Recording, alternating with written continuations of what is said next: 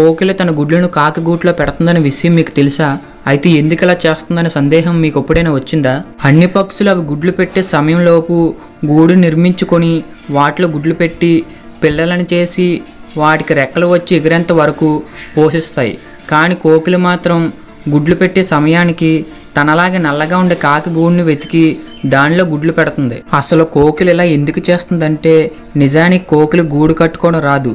అందుకే కోకిల గుడ్లు పెట్టే సమయానికి గుడ్లు పెడుతున్న కాకి గూడును వెతికి వాటిలో గుడ్లు పెడుతుంది. అలా గుడ్లను ఏ గూట్లో పెడుతుందో ఆ గూటిని నిత్యం గమనిస్తూనే ఉంటుంది.